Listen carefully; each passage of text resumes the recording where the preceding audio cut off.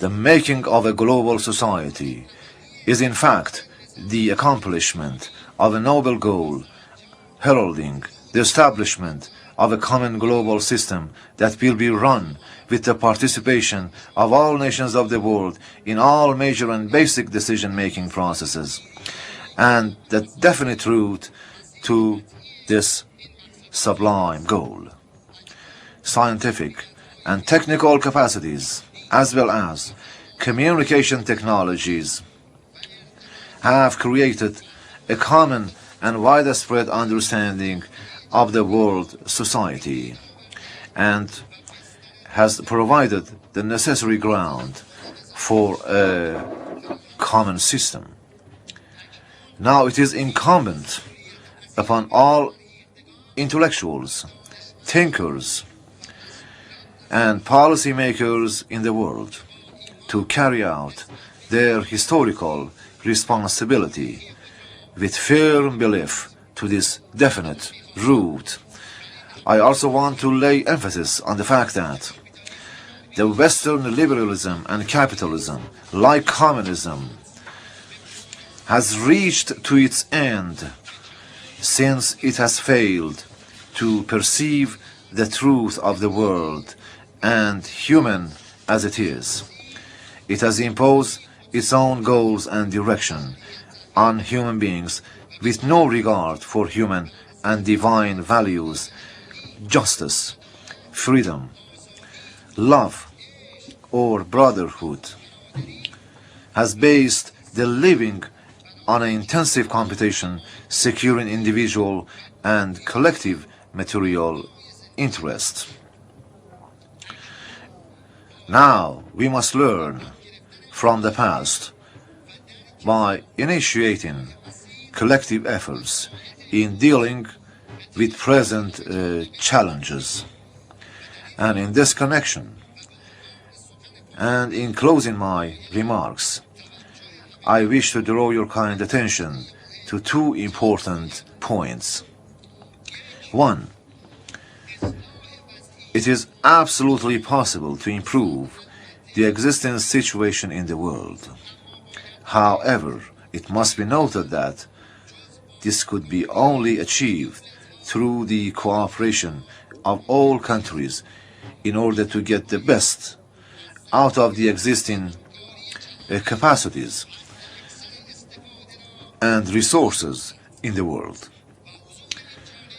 My participation in this conference is because of my conviction to these important issues, as well as to our common responsibility of defending the rights of nations vis-à-vis the sinister phenomenon of racism, and being with you, the thinkers of the world.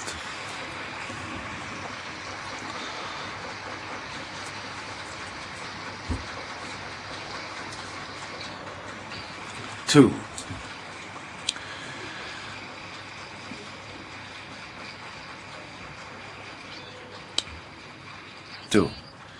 mindful of the inefficacy of the current international political, economic, and security systems on the world scene, it is necessary to focus on the divine and humanitarian values, and by referring to the true definition on human beings, and based upon justice and respect for the rights of all people in all parts of the world, and by acknowledging the past wrongdoings in the past dominant management of the world, undertake collective measures to reform the existing structures.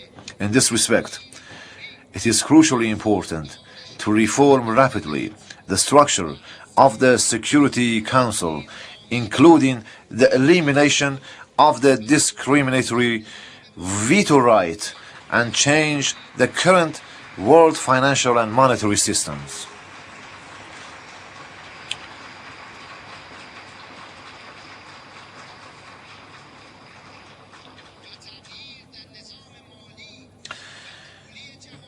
and change the current world financial and monetary system. It is evident that lack of understanding on the urgency for change is equivalent to the much heavier costs of delay. Dear friends,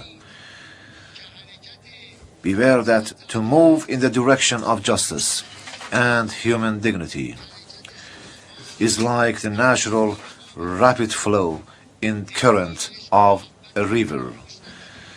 Let us not forget the essence of love and affection. The promised bright future of the human being is a great asset that may serve our purpose in keeping us together to build a new world and to make a better place, to make the world a better place, full of love, fraternity and blessings, a world void of poverty and hatred, meriting the increasing blessings of God Almighty and the righteous managing of the perfect human being. Let us all join hands in amity in playing our share in the fulfillment of such decent new world. I thank you, Mr. President, Secretary General, and all distinguished participants for having the patience to listen to me. Thank you very much.